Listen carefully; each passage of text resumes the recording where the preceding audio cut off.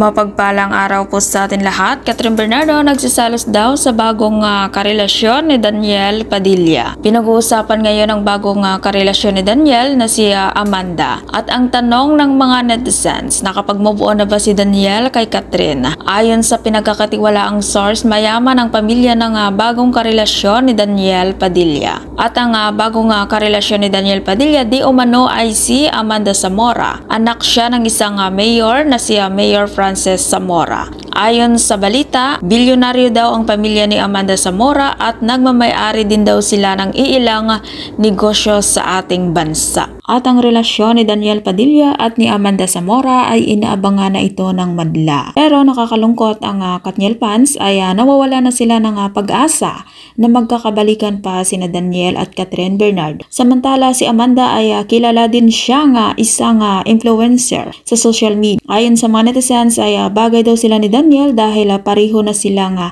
kilala ng madla. Samantala, nagsiselos daw si Catherine sa bagong karelasyon ni Daniel Padilla na si Amanda Zamora.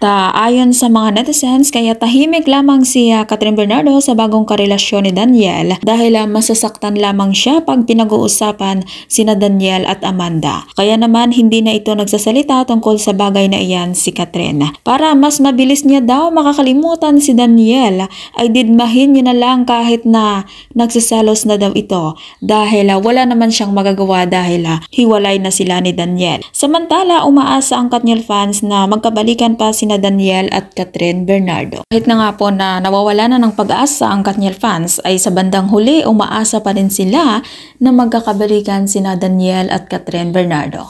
At kung ikaw hindi pa nakasubscribe ng aking channel, mag-subscribe ka na sa aking channel, Ives Velasco. Maraming salamat at mapagpalang araw po sa ating lahat.